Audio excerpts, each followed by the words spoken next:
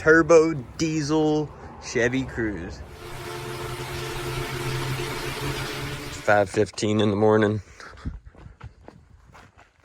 Snapchat says it's 10 degrees out here. I believe it. Let's see if this Duramax will fire up. Good old LB7. Gotta let the glow plugs run their course. Might do it twice.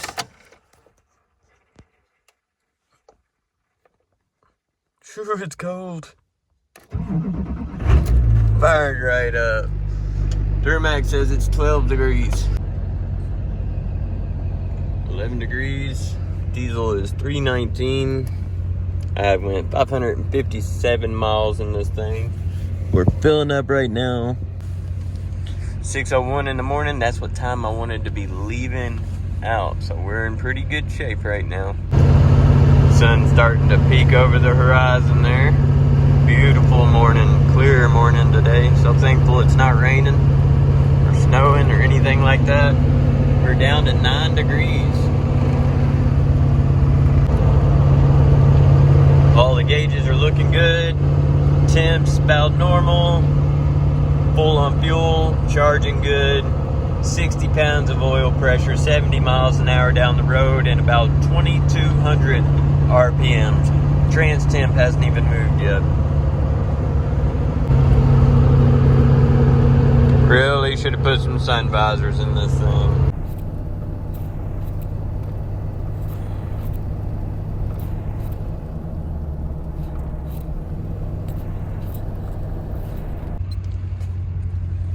Well guys, I made it. We're at Copart Lexington East. This place is massive. First time being here. Now I got to get checked in on the app, and the office is right there, I believe. So I got to go over there to get my title and paperwork.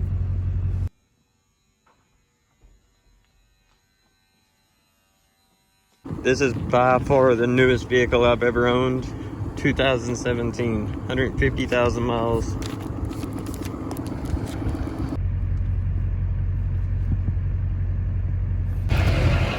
All right, we've got it. Time to strap it down and bring it home. Do a quick little walk around with it. Got some dings right there. A few scratches. Got a hitch on the back. Duramax diesel, what? I wonder if somebody just put that on there.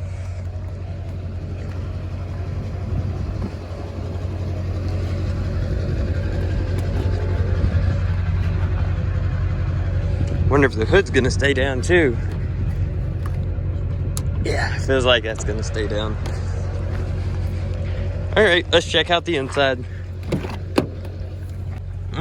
Some food left in here. Meat lovers. Gross. So it's pretty darn dirty. Definitely gonna need cleaned out. But overall, doesn't look like a terrible car. It's listed as mechanical damage. That is my biggest concern. The mechanical damage was the secondary damage, but there's no telling what that means. Copart did not have a description for that.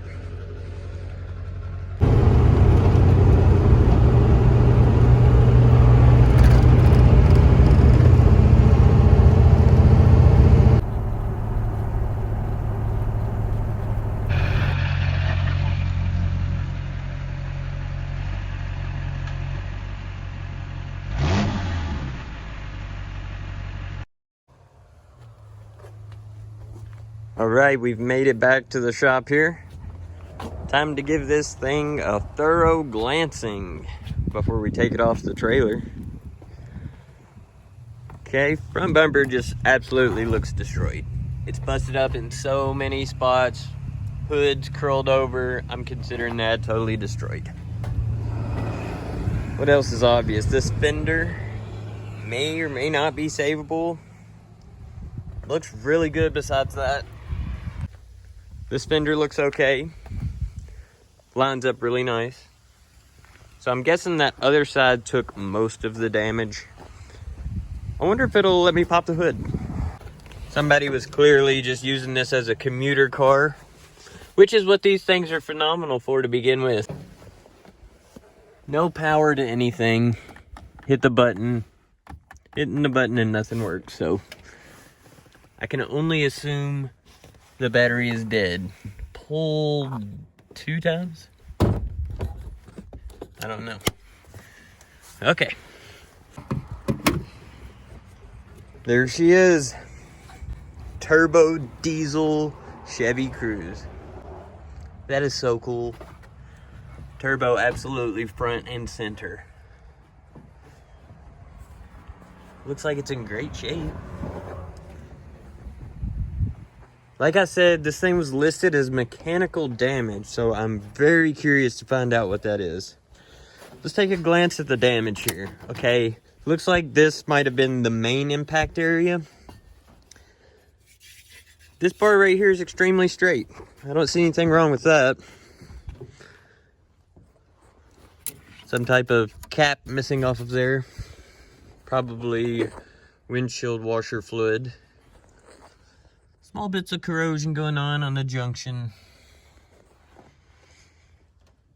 Not seeing anything major. It's got coolant in there, that's a good sign.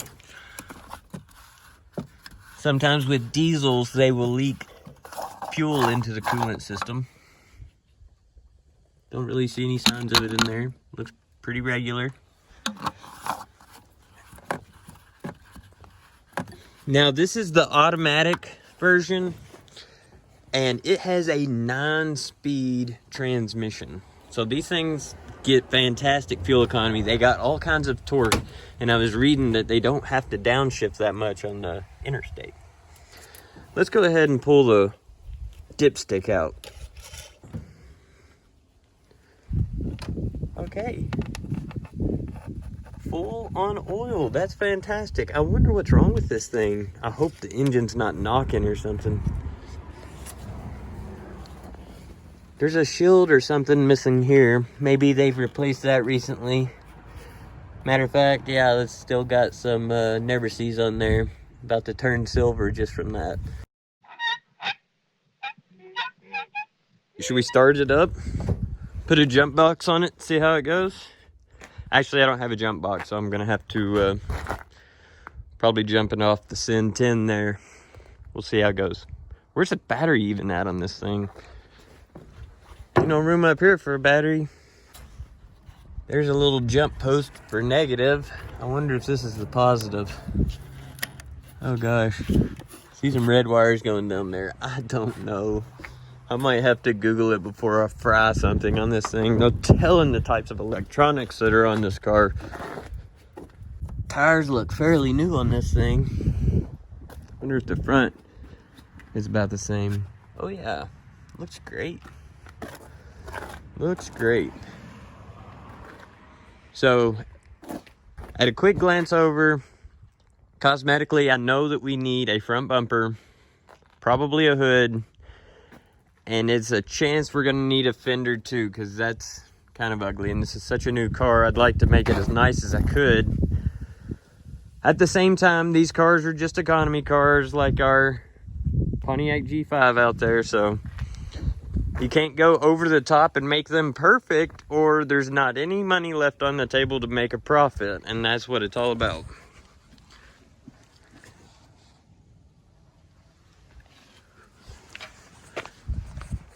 Okay, I'm guilty. I did look it up before I did this just to make sure I didn't fry anything on here. So I'm gonna hook it up to the battery, hope it don't explode, and then I might see if it'll crank over. Got anything going on in here?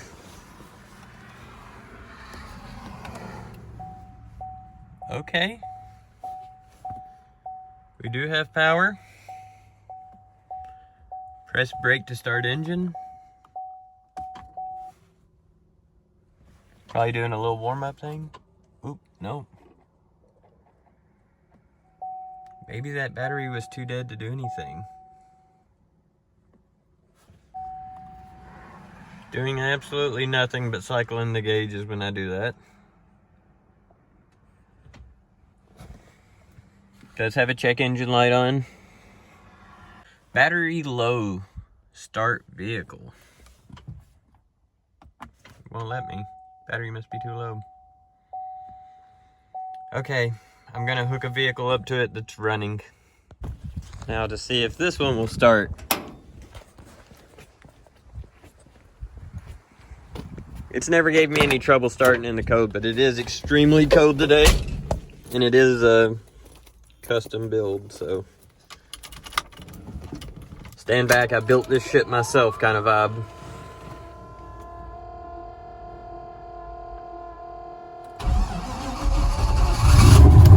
Okay, not bad. Now let me get parked over there and we'll jump start it. We're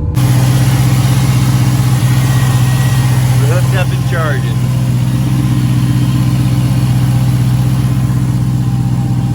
Looks like the turbo might have been changed recently. It's not dirty at all. Okay, let's see what it'll let me do now.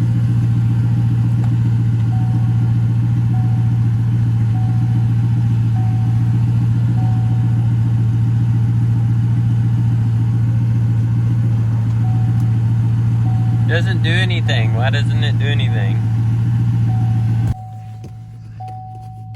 Of course the hood's open. I have to have the hood open to jump start it. Holy crap. That's a lot of trash.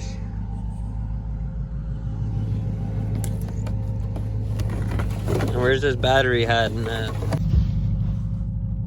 There's a battery way up in there. My goodness.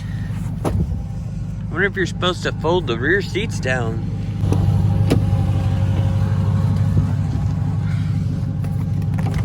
The lever there, very nice. Okay. There's a shield. Sweet.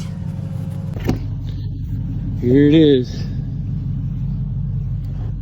Now, if I can get jumper cables into there, maybe that would help. You know, I'm gonna go ahead and start it since it's been charging for a few minutes now. Maybe it was just too dead to crank.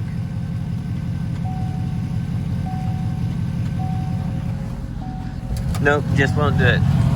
I popped the cover off out of curiosity. I just wanted to check this thing out. Looks like it's a common rail high pressure fuel injection system. That big main rail that all those lines are connected to is pressurized by one big main line coming from the pump. And it stays a continuous pressure. And the injectors electronically open and close down there and lets it spray right into the cylinder heads. That was actually first introduced on the LB7 Duramax right there. And now almost all diesel engines are direct injection, common rail. We've had it charging for a few minutes now. It should be enough to start it. Also, the hood is closed now, so if that was a safety feature stopping us from starting it, it should be now. This isn't a key and ignition thing, it's a fob and push button, so doesn't do anything. It keeps doing that over and over. It'll click and then nothing. There's a safety feature not letting it, it's like a no crank, no start. So what I'm doing is I'm checking the resistance between each side of the fuse here, and if it's got continuity, it'll zero out. And if it doesn't zero out, that means the fuse is blown. So I'm just touching this to each side of every fuse. So at this point, we don't have our scan tool with us. We're just gonna see if we can find another fuse box, and if we can't, then we gotta wait for the scan tool, because the check engine light's on, maybe that'll tell us something. Bryce said in a video he's seen under here is another fuse box.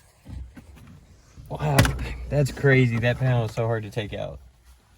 Whole diagram molded to the back of it. Well, there's a bunch more fuses that we can check with the voltmeter.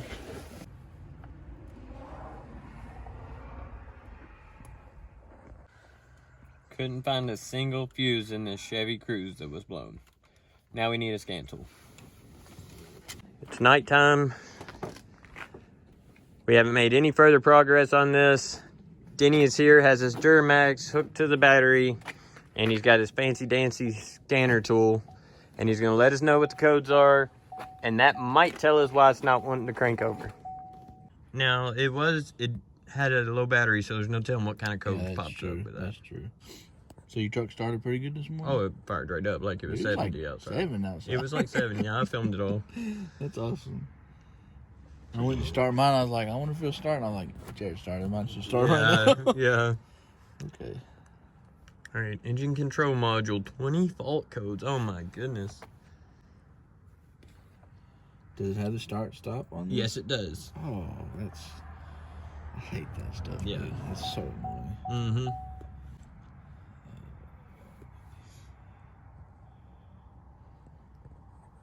Here we go. Fuel rail low pressure. Expectable. Mass air. Engine under boost. Cooling fan.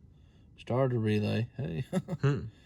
Transmission control module has requested the malfunction indicator lamp.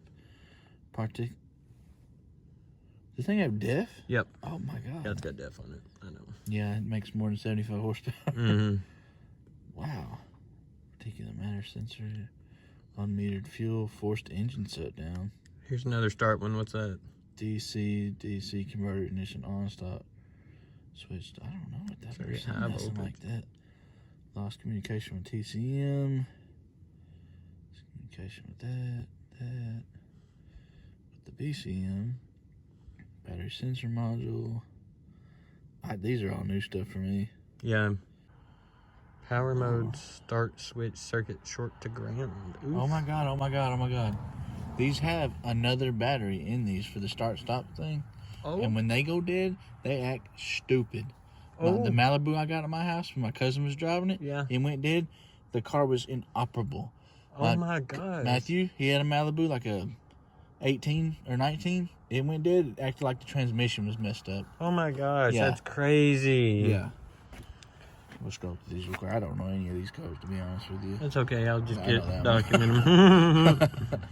Hooded jar, I know that one. Yep. Hooded jar circuit short to ground. That's Golly, this thing is freaking. I bet maybe that might be messed up with that got hit in the front, though. True. Any other significant faults? Do you want to clear the codes then and then see if it'll start? Yeah, we can, yeah. Yeah, I mean, it's the only thing I know to try without.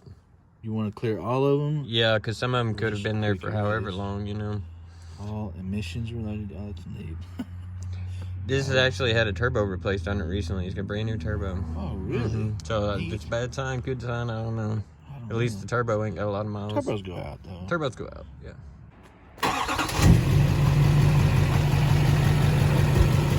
So here we go, gonna try and start it. Then he cleared the codes.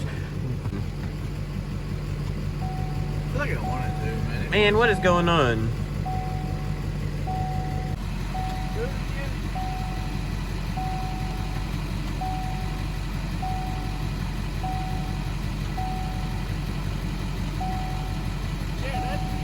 That almost sounds like a starter. Alright, you do. Let me do that. It sounds like it's, like, you know, the appendix or whatever, it's like it's... Sliding out but not turning? Yeah. Where it's not turning, they can't catch the teeth right? Yeah. Yeah. Do it again.